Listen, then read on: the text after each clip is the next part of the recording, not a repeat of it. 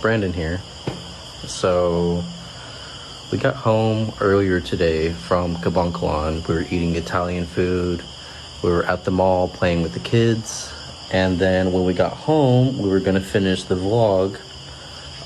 Except we got a little preoccupied because we found out that someone went into our home while we're not here. Lolo is out doing his own thing. We don't suspect Lolo, of course. He's not gonna break into his own home. But basically what happened was we came home, we noticed some things were in different places. Like there was makeup on the couch. None of us put it there. Some of the cabinets were open. Someone went in our room and there was stuff in our dresser that was on top of our laundry and vice versa. It was like weird. Even in Mary's grandparents' room, there was stuff laying on the ground and their phones are missing. So both of their phones, maybe some other items that we haven't realized are missing, but like they didn't touch the wallet, like Lola's wallet. We had our wallet with us, of course. All of our money was with us. So they didn't steal any money. They didn't steal any food. Not that I could see. And we do suspect someone, but we're not sure if it was them, and we don't really have a way to confirm who did it because we don't have CCTV set up. The neighbor do, but there's like a big curtain that's in the way. They can't see our home. They can just see the street in front of their house. So that didn't really work out in our favor, but yeah, basically the only thing that we've noticed is stolen is Lola's and Lolo's cell phone, which, I mean, it's not such a big deal. It's just their cell phones, right? They don't have a lot of personal information on there. None of our personal information is on there, and they both have locks. We've been tracking them, however. No one's turned them on. No one's been able to go into the phone because otherwise we would get a notification. And we're trying to locate them, but we can't locate it because they need to be connected to Wi-Fi. We don't have any data on the phone. We just have them, they're always here at the house when they use the phone. So there's Wi-Fi. And they can't get into the phone without knowing the password anyway, so unless they were able to hack into the phone somehow and then connect it to the internet, then we would be able to track it. But other than that, there's no way we can track the phone or recover our SIM cards. No way that we can confirm who did it yet. So yeah, for those of you that are confused on what happened, we put a post out earlier. Mary posted something that was in Ilonggo. Some of you may not understand what that is. That's what this is about. So yeah, anyways, tomorrow we're gonna go back to doing more vlogs. We're gonna replace their cell phones soon. We'll call it like an early Christmas present for Lola and Lolo, except Lola's birthday is on December 5th, so I guess it will be an early birthday present for her. But yeah, so thankfully no one got hurt. The house was not like ruined or anything, but we're definitely looking into installing CCTV. We're gonna get some guard dog. We plan on really installing like a real fence around our house, like a gate and everything. And did I mention we're getting a guard dog too? Yeah.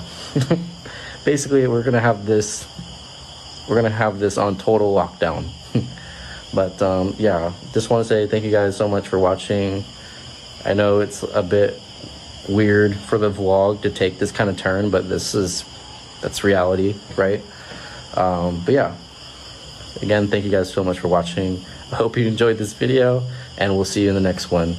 Very, very interesting video from Brandan there regarding 2 cell phones being taken from the home and other things being left behind. But you know what though? This comment here that I came across on this post uploaded by Alexa, well, by 90 Day Fiancé Alexa. As you can see, this person came up by saying, so they have a new lie to make a GoFundMe about, huh? Someone broke into their home and only stole Mary's grandparents' cell phones and rearranged some things and smeared makeup on the couch.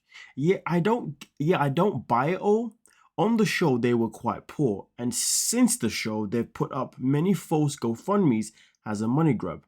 But we're now supposed to believe that they have enough money to buy Mary's grandparents' new cell phones. Well, they can get used ones, but I mean new to them. CCTV cameras, fencing around their whole house, and guide dogs too. That's a whole lot of money to spend right before Christmas too. And here's the thing.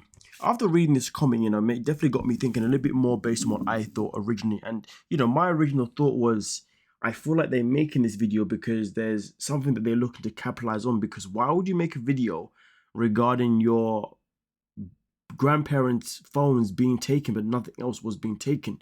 But then mention that you're going to, mention you're going to buy all these things for surveillance. And those things definitely aren't cheap. So I was thinking to myself, these two are definitely cooking up some plan of some kind. And then obviously when this comment came along, I was like, the GoFundMe does make a whole lot more sense.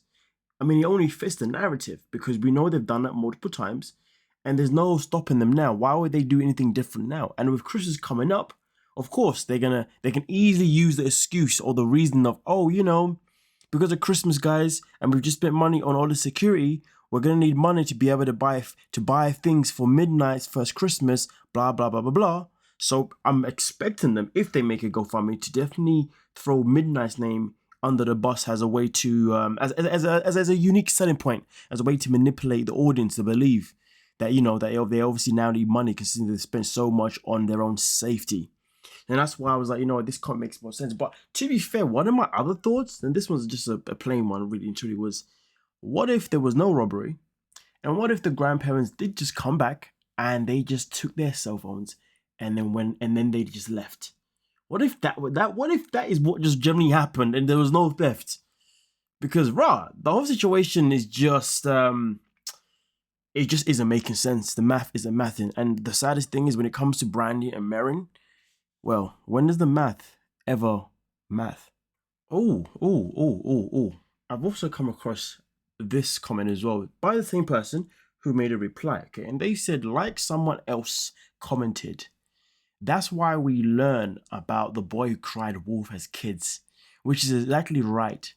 Because apparently neither Brandon or Mary learned it.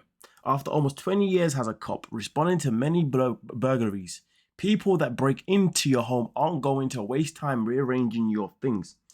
They're going to open any and all drawers, cabinets, closets, etc., looking for things of value. They're not going to bother closing the doors. They're not going to leave them open, and they're not going to leave them open and leave your stuff all thrown around. And unless they're burglarizing homes because they're starving, they're not going to take your food. It's possible that it was someone that they know that only wanted their cell phones, so they rearranged some of their stuff to try and throw them off. That's more believable to me, at least. I mean, listen. I guess that's where we're at now, isn't it? I mean, obviously, the boy who cried wolf is definitely a very key story that we all are taught as kids, or at least I think all of us are taught anyway. I don't know about the generations of today, but again, extra information to pretty much say that, hey, this whole story doesn't add up.